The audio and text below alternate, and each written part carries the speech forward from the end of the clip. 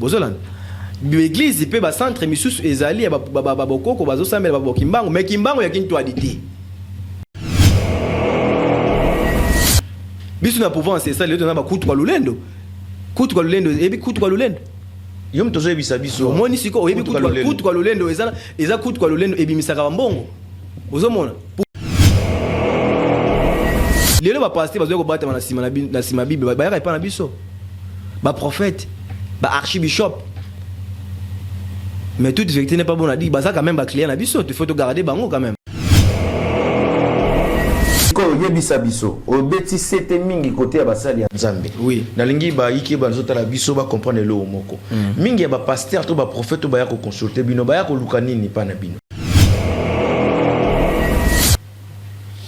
ba ya ko luka ba prophétie pasteur to détailler vie na yo banda na premier jour botama na mokiliti na âge par exemple 30 à 36 ans lango ayebisa yango yo kanisa za bonzambe isa bonzambe te ba ya ko zwa biloko epa na biso ba bimisila ngo na sima bible évangile lo azote ya bino to boyite ba interprétation ya bible azote ya bino mais biso ne to simba ka bango to ya ko lobela ngo te na ba TV to linga te mais dès que bango bazo ya ko ignora ka biso yango moni biso pe te pesi biso kanda to kuma ko leka boy to dévoiler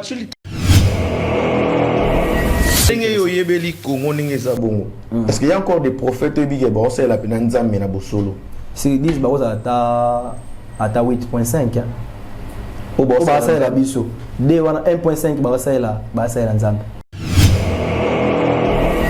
na Congo ba bimi 1.5 bonso na Angola ko bimata 0.5 pouvoir ancestral ezali bokoko na biso moko yango nde babengi pouvoir ancestral na bokoko eza na mutu te aya epa liboso bakoko na ye azonga maboko pamba et puis azonga na kolela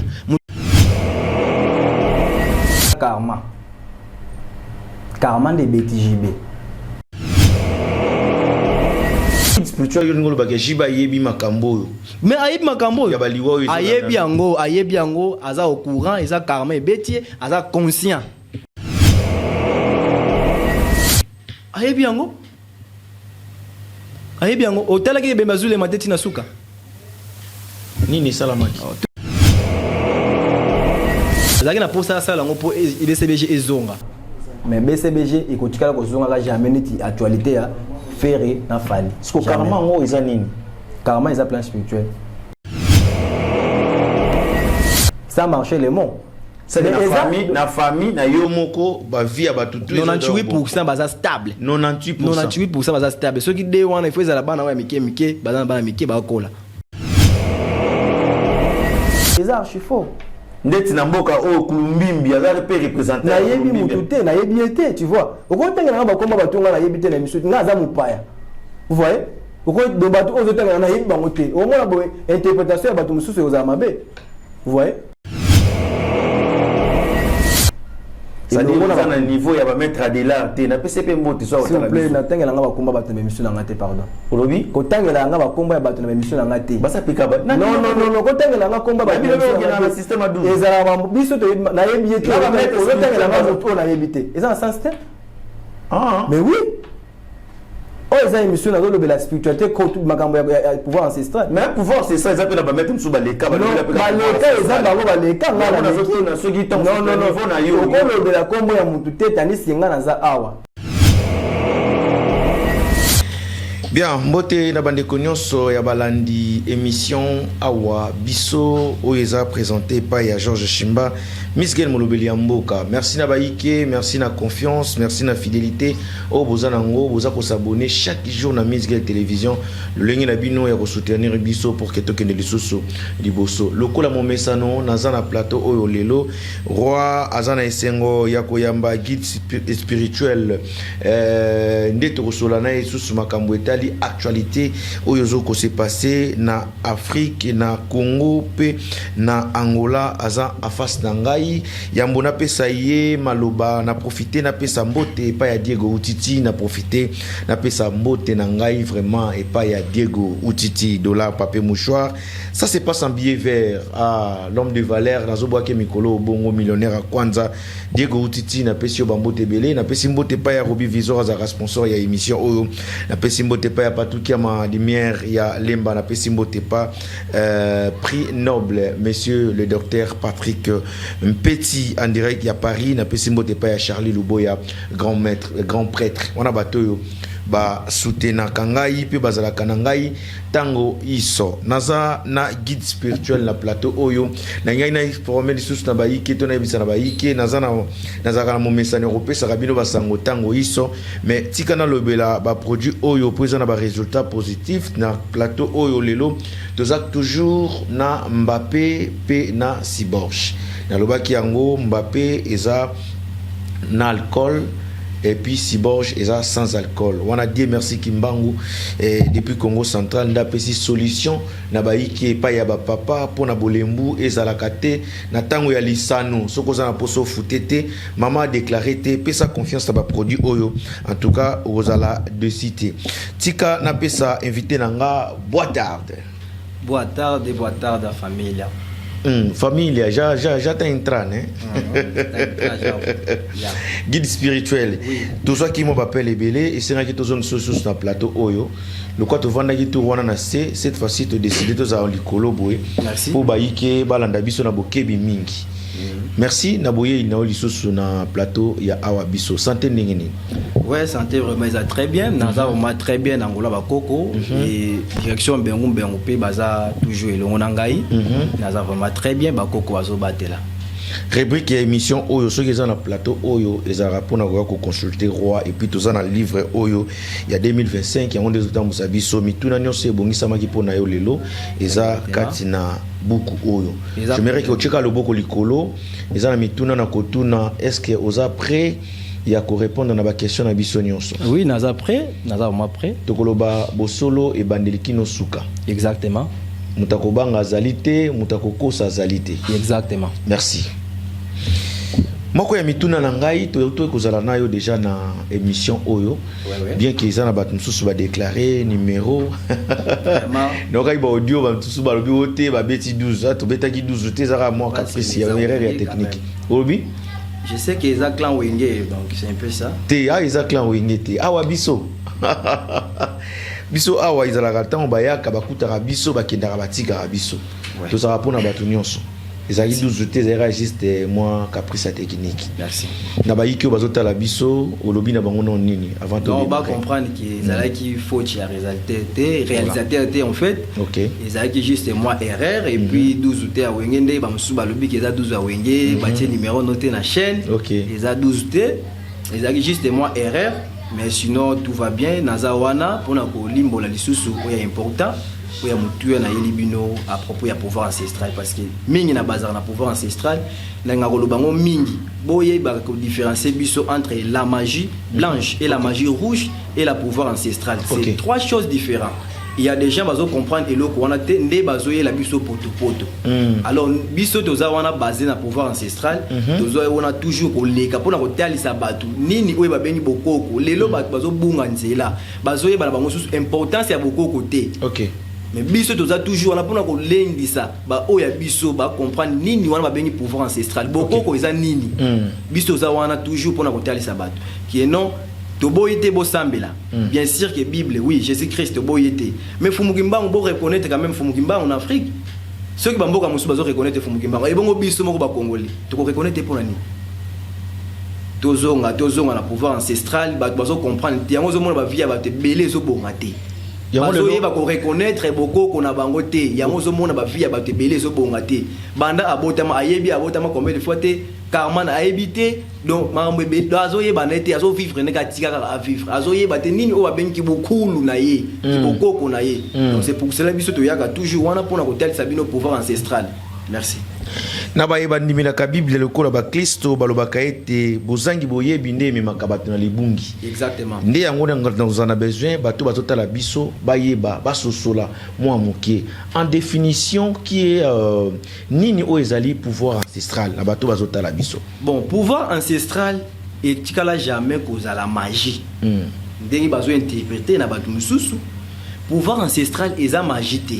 Ce qui boyami muta musulman yoko le blemamba islam. Awa eza pouvoir ancestral eza ne compte à faire na islam. Vous comprenez? Pouvoir ancestral eza beaucoup qu'on a biso. Tous les comidos, tous les Afrique entier. Dingo monde Afrique entier. Tous en pouvoir chaque pays a un pouvoir ancestral na bango. Biso peut tous en beaucoup qu'on a biso. To yebi ke fumuki mbango azali, tous en nema tso azali, tous en vitakipa azali, ozolanda. Tous appelle ancêtre mbengo mbengo azali, bozolanda. Alors batu musu ba comme évangile ya Bible na interprétation ya Bible ba prophète ya lelo o ba ya ke pa na biso ba ya ko bata na si ba Bible ba ya ko lobela bino ke pouvoir ancestral les akindo c'est archi faux. Ezaka archi faux. Biso kout ba kolo ya pouvoir ancestral ceux qui biso kout pouvoir ancestral to kouti bokoko dans l'époque tozaki wana téléphone ezalaki te quand même tozaki na ba téléphone te mais ba message était partout dans le monde aux wana message de comme la yo est-ce que wana comme la moyenne tant on a peut fournir ezalaki te. Ils ont battu bazo linga ko sosola te bazo comprendre nini o abengi bokoko pouvoir ancestral eza nini so zo mona jeune garçon lokola ngaboy naza licencié en informatique mais na boy ko sala pona ni naza mo pona mais na pouvoir ancestral koko mbodi mbodi tanga poninga do na boy na niveau nyos mais ba pesi nga charge parce que eza ya ngai eza pouvoir na biso ya ancestralité ozo mona do naza mutu moko te wana do na boy yango et puis na tiki non vi na ngai ko beba. Dès dans qui responsabilité à pouvoir ancestral, les lois comme ça, ça pouvoir ancestral les a la limite partout dans le monde. Partout dans le monde, dans le bien partout dans le monde, oh nous ça veut dire africain. Le lenge nini ya koye ko la pouvoir ancestral ceux qui tozana ba etonga ti.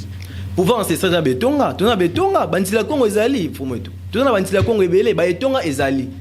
Ba etonga eza ebele ya ba pouvoir ancestral. Lokola ba etonga nini ndo ba kenda koye ko la pouvoir ancestral. Biso ezala répandre na bino ba guide spirituel. Mais biso ba guide spirituel toza wana ponako talisa bato lolenge esengeli. Ozolanda. Ba etonga na biso eza esika obiso sala ka misala yango nde betonga na biso. Bozolanda. L'église pe ba centre misusu ezali ya ba bokoko bazosambela ba bokimbango mais kimbango ya kintu adité.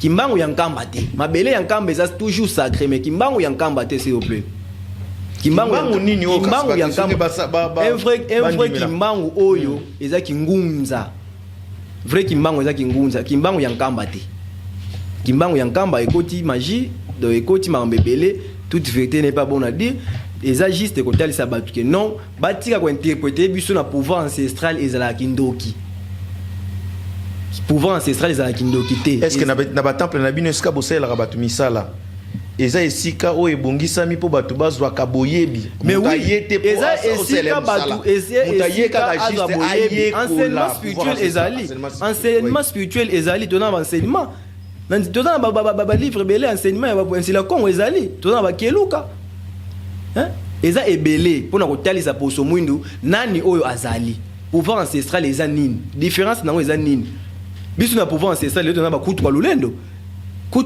ebi kutu kwa lulendo yo mtozo ebisa biso moni siko ebi kutu kwa lulendo eza kutu kwa lulendo ebi misaka ba mbongo ozomona pouvoir ancestral wana eza batu musu bazana ba code na bango ayeba kana su code na bango te babungisa ba code na bango ayeba olinga kutu ko yeba te po évangile te yeke non code wana eza mabe eza kindoki eza te soki eloko zo salisa batu ezo sunga batu ba famille nyonso ya bayindo bazaka na code na bango exact bazana ba code nkutu kwa lulendo nkutu kwa lulendo eza ebimisaka mbongo eza pouvoir ancestral lelo bato bazo préférer ba kutu kwa lulendo pour nani ba comprendre que koto oyo nde makambo ezali lelo ba pasteur bazo ko bata na sima bible ba yaka pa na biso ba prophète ba archibishop mais toute vérité n'est pas bonne à dire bah ça quand même ba client na biso il faut te garder bango quand même vous voyez.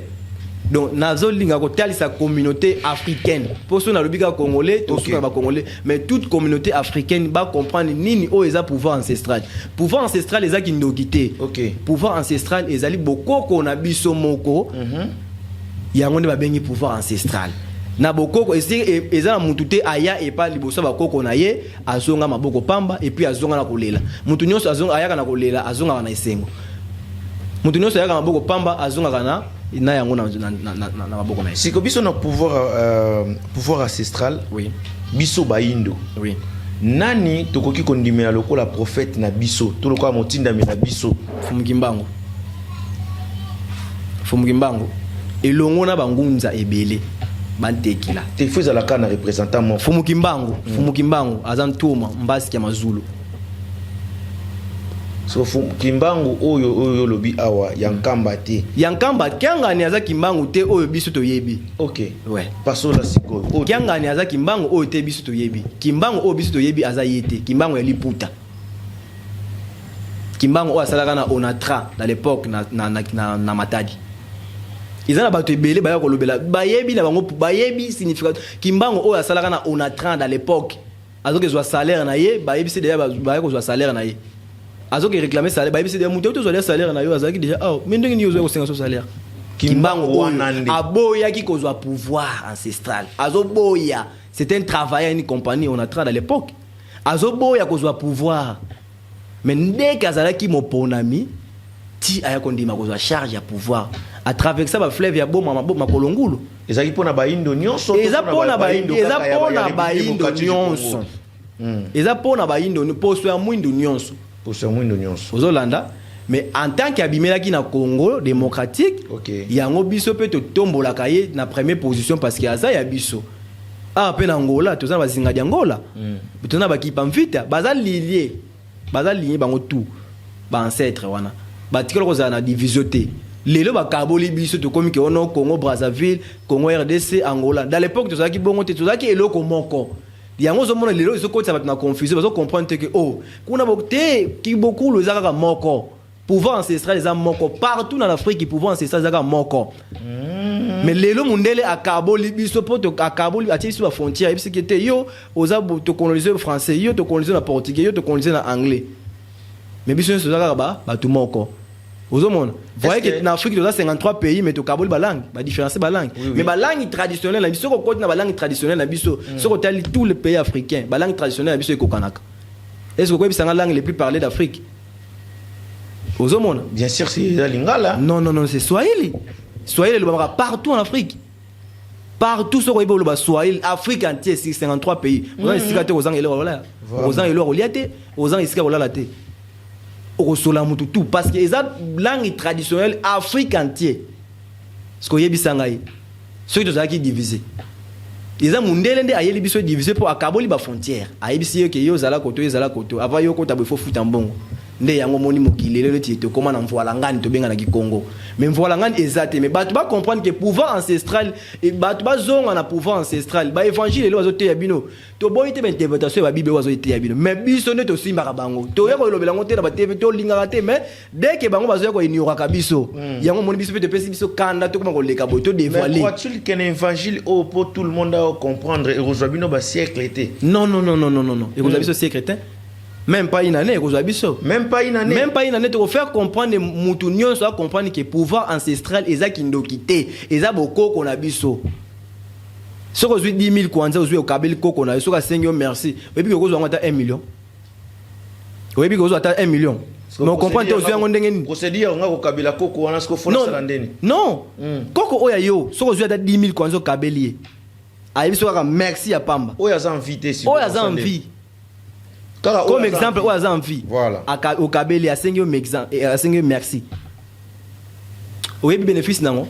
Ce qui est zongi, si quand il y a là, à 5 euros, on a quoi tout l'endo. Oui, résultat, on a 1 million. Mais maintenant, on comprend que l'évangile, tu finis l'évangile, évangile, Bible, oui. C'est normal, mais interprétation on ndenge ba komi ko interpréter yango bazo interpréter yango sur ndenge sengeli siko yebisa biso obeti sete mingi côté ya basali ya Nzambe oui nalingi ba yiki bazo tala biso ba comprendre lo moko mingi ya ba pasteur to ba prophète to ba ya ko consulter bino ba ya ko luka nini pa na bino ba ya ko luka biloko ebele ba ya ko luka pochette ba ya ko luka ba prophétie pasteur zo détaillé vie na yo banda na premier jour botam na mokiliti na âge par exemple 30 à 36 ans nango ayeb sa yango biloko quand ça bonzambe isa bonzambe te ba ya ko zo biloko epa na biso ba bimisi lango na sima bible de basala la biso publicité na sima ya bible mais bakomi ko la biso plébiscité na sima ya Bible parce que bakomi ko ignorer biso carrément il faut te dévoiler dévoiler secret ba archive shop ba prophète makambo tout bazo ko lobela bazo sala makambo bazo sala bikamu sur les abisso parfait le prophète a commencé à la parfait à ça la poudre à ça la huile babini que non c'est biblique oh papa soso la ko vous comprenez noter ba ya ka pa na biso ne to pesa ka bango makambo parce que biso moko bakolo makambo to ye le liboso na bino total sabino que non bon comprendre que pouvoir ancestral et simbi nyonso eza na nyonso na pouvoir ancestral mon peuple perico donc bah tu faut pas comprendre nini o ba bengi pouvoir ancestral boko ko eza nini zonga na histoire ko zonga vraiment na histoire on comprendre que jeune garçon ça intéressant vraiment guide spirituel ndenge yo yebeli Congo ndenge za bongo parce qu'il y a encore des prophètes bige bon c'est la pena nzambe na bosolo c'est disent ba ata 8.5 hein o ba ça la biso de wana 1.5 ba ça la nzambe na Congo mobimba oh mais na zo pisa yo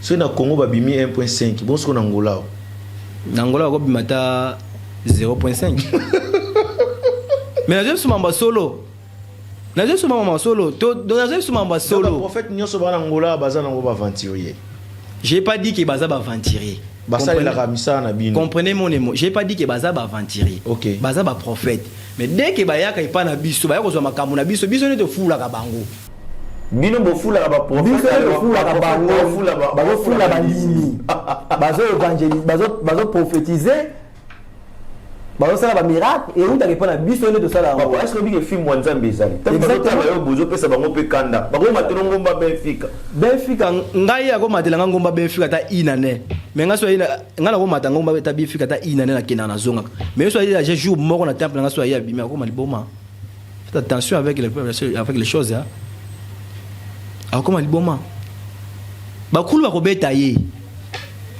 carrément ko maliboma. Maintenant, est-ce que le message est ça pour les prophètes ou non bazo salir netibino par rapport à Yanningi ou et ça juste que tali sabato. Qu'est-ce que la pouvoir ancestrale? OK. La pouvoir ancestrale ce n'est pas la sorcellerie. OK. Et ça qui ndo quitté. Et ça beaucoup qu'on a biso. La pouvoir ancestrale les bato bazo se tracasser mingi na ba problème financier, ba problème à bowling, ba problème ni. Na pouvoir ancestrale to na nyonso. Ozo comprendre. To na ba kutu kwa lolendo. Tout ça ba code na biso ya famille ya sanga makila te ba code na biso ya famille ezo sunga mabote belé parce que les leçons vous comprendre te bando bote est-ce que oyebi d'ailleurs combien faut ya na mokili tu vois combien de fois na ya na mokili oyebi combien de fois ya na mokili mutazana ba azana nako ba na prophétiser yo te bato ba mona ngane ti nazolinga biloko wana te do biloko wana to tikela ngo ba o ba ya ko zo epa na biso ba sala ngo epa na bino.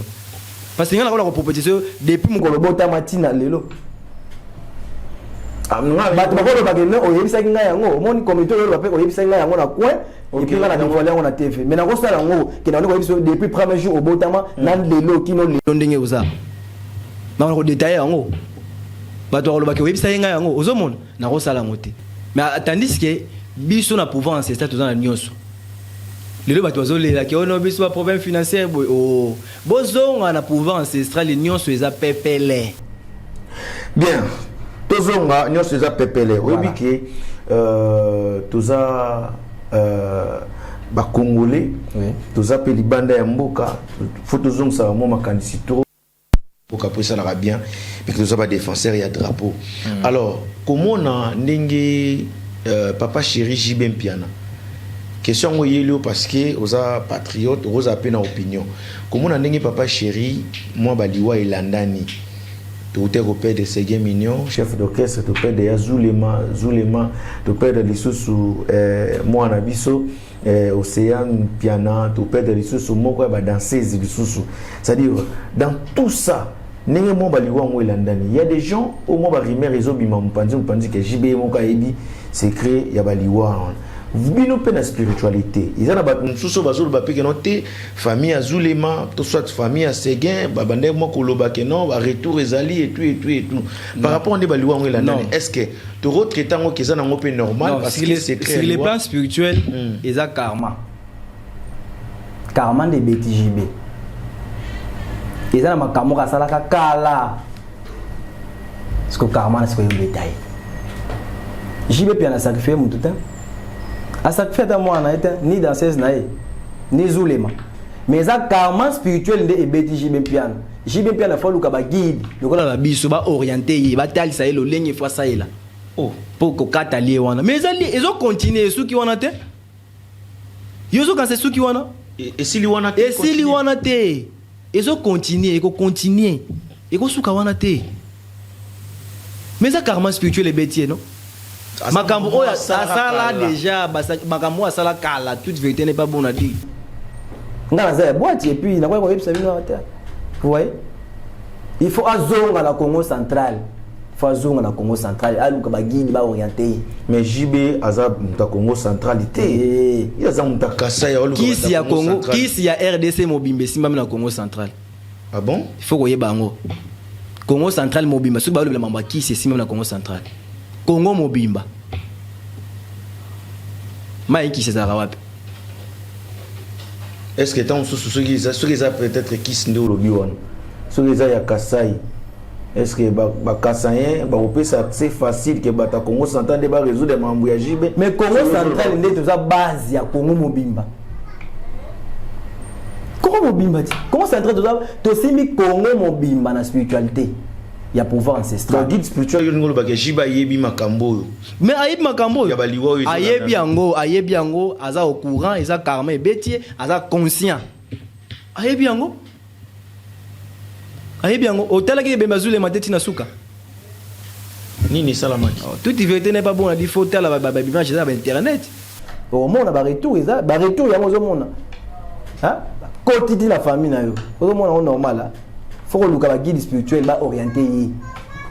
Attaque on a été dans le but de gagner le mais basé toza ebele. Ceux qui jouent dans l'émission ou par exemple, est-ce que vous avez un message à lancer dans la caméra? Bon, on a envoyé bisaye, les karma spirituel et bêtier, il faut le guide spirituel ba kata ba lewana parce que ceux qui bon côté et qu'on continue, ti na génération ekoya. Eh, c'est que BCBG na minute donc karma et bêti. Azaki na pour ça là pour BCBG ezonga. Mais BCBG et quand tu as la jamais ni actualité à faire na fali. Parce que karma ngo ezanini. Karma est un plan spirituel. Ils ont branche. Ils ont la carte de spiritualité. Ils ont la carte de spiritualité. Ouais. Il y a quoi qui s'anime. Karma est la carte de spiritualité. Donc il n'a pas bana kopé sur des détails à karma parce que là batu mususu ba yebi karma spiritualité donc ba comprendre ngo ils ont bilo mo za na carte ya boîte. C'est un peu ça. Ah, Zambika Kakwa Luzolo.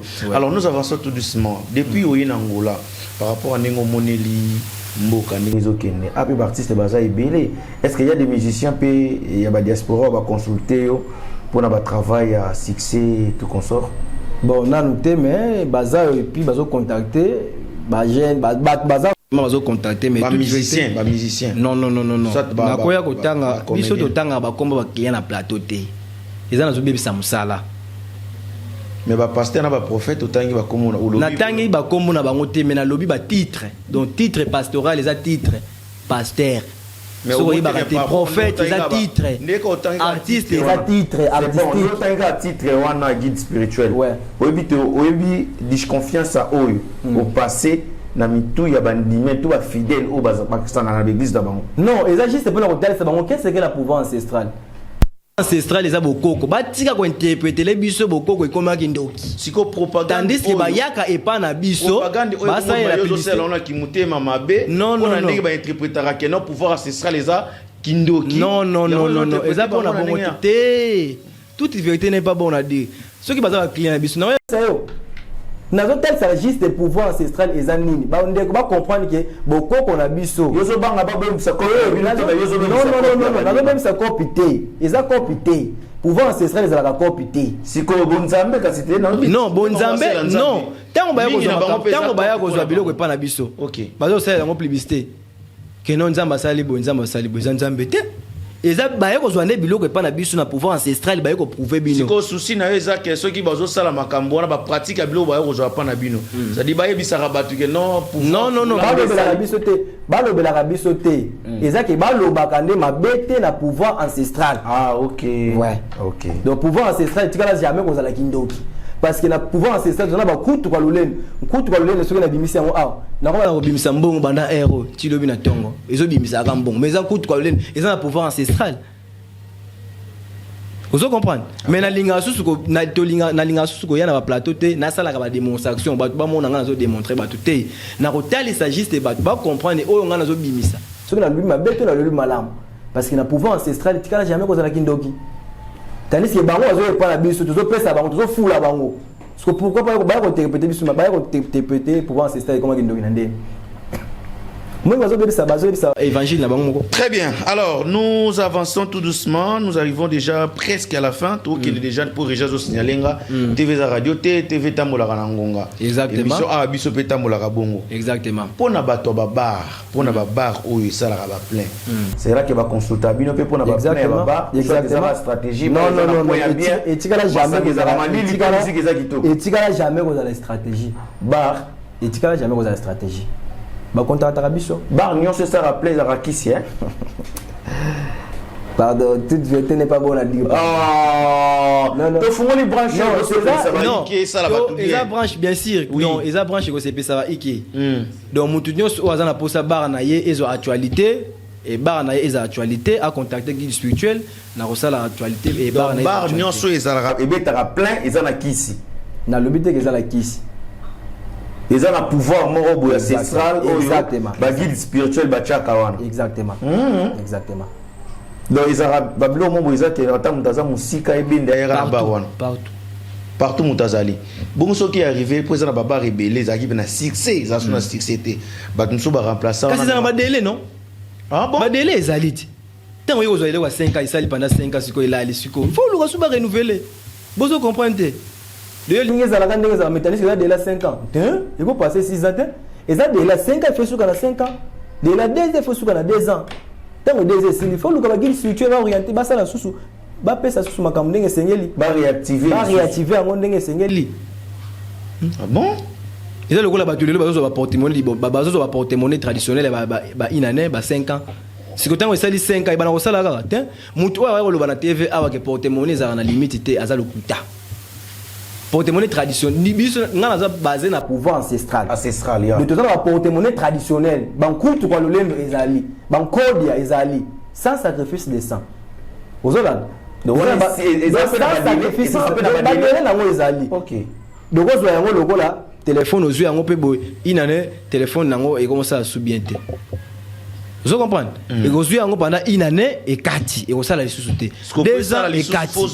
Mais faut zonger la ngai, faut zonger la ngai sous na rosala sous et ça la sous. Non. Nous sommes les initiés. Tout ça va initier. OK. Nous sommes initiés, on a juste des clients là. On va le pas là. Parce qu'on dit ngako musala e ba yo na ndenge. Il faut que nous ngande mutu fona activer en sous. Parce que comme désactiver, il faut activer en. Vous comprenez? Bah tu vas avoir un coup de colonne de belé, na pouvoir ancestral. Bah tu vas porter monnaie traditionnelle et belé. Et ça mettre moi ebisanga porter monnaie magie za raté. Bon, magie ceux qui porter monnaie traditionnelle et ala. Magie o azolo bela nga na yebi magie té. OK. Nga za mini basé na pouvoir ancestral. Très bien. Ceux qui na ko ba na yebi magie blanche na kosi. OK. Nga ça il a pouvoir traditionnel, donc pouvoir ancestral. Le but c'est le pouvoir ancestral, tout ça va porter monnaie traditionnelle. Bankou tout quoi le lait de ezali. Tout ça va code ya ezali. Ceux qui ça que non, ba mutu ayoko lukayo na côté oyo simbi minute mamaka c'est dans le domaine ya succès. Donc naza tout basé na pouvoir ancestral. Na pouvoir ancestral tout ça na nyonso. Tout ça na succès, tout ça na mbongo, tout ça na chance. Patente et tout ça na nyonso tant de le but tout ça na musala tout ça na nyonso bali musa mutu na prison tout ça na nyonso tant na bien na pouvoir ancestral tout ça la nyonso eza boko ko na biso eza ki bondo kité eza juste ba comprendre que eza bondo kité tout ça la nyonso o ebengami na spirituel na pouvoir bar o eza suna succès mais ça la mati ko la musa yango bongo so eza na biloko déjà za ki wana na ko désactiver yango pe na activer pour désactiver bloco ezaki wana na sali o yangai epesi bakambo directement mais ngala ko ebisa yo ke mutu mo baza posa vine changer dans 2 jours changer na pouvoir ancestral je t'assure nous on prend bato batali biso na pouvoir ancestral mutu ako yape lelo ka lelo dans 2 jours vine bongi na zebisa yo ça marcher le monde ça na famille na yo moko ba vie ya batu tout 98% baza stable 98% baza stable ceux qui day one il faut za la bana wa mike baza bana mike ba kola vous comprenez donc pour la sa communauté que non pouvoir ancestral existe et puis porte-monnaie traditionnelle parce que ba porte-monnaie magique wana nga na yebi ngote na roya lobela ngote nga zo lobela porte-monnaie traditionnelle ils ont la limite ya somme ya mbongo te mutaye ko luka yo ko vie na ye changer vie dans 2 jours na royebi c'est vie na yo changer ko yebi ça ye to vie ko changer penza mais na ko za connecter na bakulu na ngai bakulu na ngai vie na ye ko changer parce que akuta na nga na ko orienter ye nga za juste simple guide spirituel wana comme représentant naza représenter bankulu nazo représenter bankulu awa na monde parce que bankulu si bakenda ozolanda bankulu si bakenda nga naza awa nazo représenter bankulu tant nazo représenter bankulu nazo représenter pouvoir ancestral siko procédure les années pour la consultation bon procédure pour la consultation na ngai et ba mamero ko za fichier wana na chaîne très bien ba landa ba contacter na mamero na ngai na hôtel sa procédure pour la consultation ndenge na sala pour la consultation pour la musala et puis ba ko za jamais décider consultation est gratuit ou ça te sera normalement ma casse pour exemple coton site ezalaka biso benga ngo coton site coton site ezalaka na consultation coton site site Congo coton site ezalaka donc tant oya la consultation coton site ezalaka donc natanga coton site wana place wana la kozala connecter na ba kulu ya famille na yo parce que la opeso makamute 5 na za connecter ba kulu na yo il faut nous la connecter na ba kulu parce que ba kulu no ba onde ba kosunga ngala za nga simple représenter ya pamba na ko orienter au juste quand ba kulu oya yo oya famille na yo ba ko orienter yo pe vie na yo échanger ozolana. Merci beaucoup, Ezalaki Bongo, guide spirituel. Nous sommes vraiment à la fin. Merci pour l'éclaircissement et la spiritualité. Yom toyebi koleka, ozomona na boza supérieur. Il y a kato pe sabiso ka boyebi, biso za bezo to kabola. Boyebi ya niveau na niveau. Olobi mutu ayebi alobaka mingite. Yondo lobi mingi boyebi te. Donc na lobi mingite na talisi juste. Et dans la batu musu balobaka mingi, nga na lobi mingite na talisi batu. Ba comprendre qu'est-ce qu'est la pouvoir ancestrale. Ah, on a représenté Bengo na lobby en côté. OK. Vous comprenez? Ah, on a représenté Bengo na lobby en côté.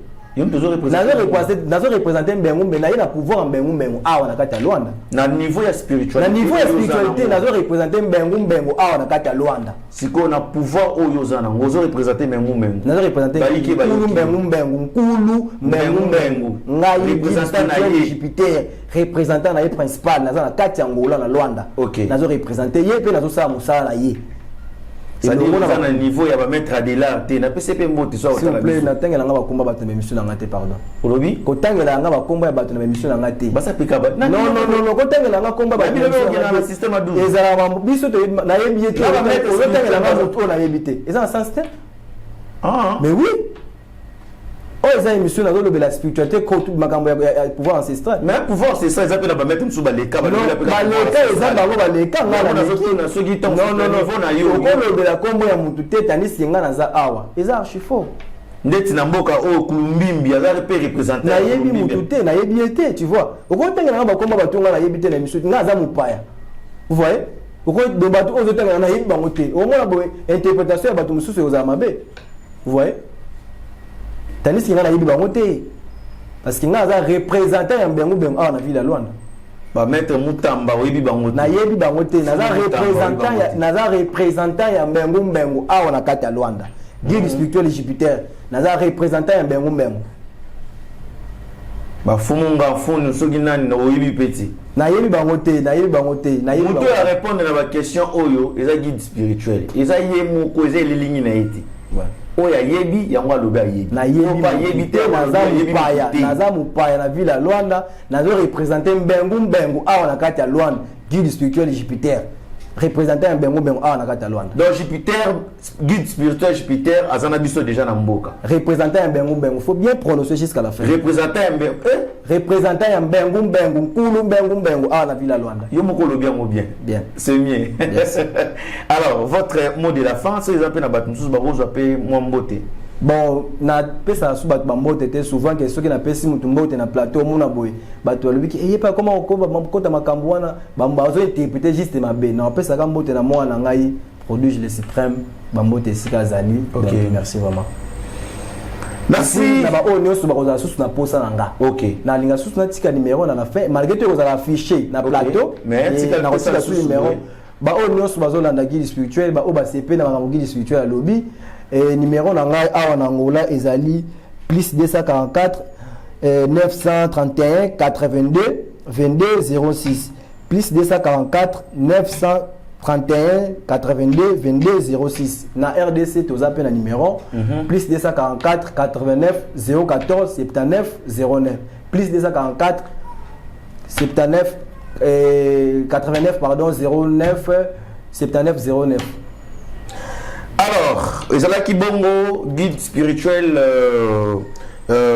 Jupiter na plateau représentant ya mbengu na ya plateau ya awa biso représentant ya mbengu nkulu faut que respecter nkulu quand même nkulu mbengu aza nkulu oyo asalaki makambo minene na ville ya Matadi pe na kati ya Congo mobimba donc nazo représenter ye awa na Luanda na ye po na musala communauté congolaise ba invitaki ngai lolenge nazo continuer osala musala. Merci. Mais pourquoi va mettre spirituel nous sur la zone de Mara na Matadi? Non. Moutounio se terre. Non. On va finir. S'il vous plaît. Si la biso déjà. S'il vous plaît. Et ça va comprendre que Zanine. Moutounio se terre les gars na plateau le bien na Matadi. Hein? Bana vraiment na Matadi ba mezabana. Neti nga na vraiment na Matadi na botami ne grandi à Matadi. Hein? Oh nyoso ayebi ndako na biso ayebi. Biso ndako na biso Matadi eyeba nte makambo susu eyeba na makambo ya spiritualité. Question moi choqué sali moi epesi. Non. Non. Pour na yebi na kisasa biso tozaba na lemba neti nga mona lemba tozalika na classe na soin. Koko Modimbodi ante kuzaba na ville ya Matadi. Vraiment. Kaka Modimbodi anike kaka munu représentant ya mbengu awa na ville ya Luanda. Merci guide spirituel. Merci. To sepeli vraiment na ina informer pe na bayiki rapidement to zape na sango ya mawa to tikobung sape moko ya ba maître na biso ya matete donc tikaki biso déjà donc na ozo présenter ba mes condoléances na famille biologique et puis na tout bana matete nyonso ngamo pe na za mona matete mona singa c'est-à-dire matete singa vitamine na za pe wana na pesi bana matete nyonso ba mes condoléances to za courage to za vraiment ensemble to la ndeko na biso vraiment na kimia nyonso. Alors toza pe sous na matanga lisusu ya Mbonzo centre ville moni matanga Mbonzo centre ville atika kipe biso le kola to peka programme prochainement awa na bande kondenge bakoya ko leka ngai na bino to kutana kaka mbala sima à ne pas oublier GSM production film déjà lisumu est disponible na chaîne donc à partir déjà donc jeudi lelo ils a fait déjà deuxième épisode na prometa ibino samedi troisième épisode mardi wana to sili si potozo banda tournage ya film ya sika ngai na bino tokutani mbala sima. Merci na linga bino mingi. Ciao.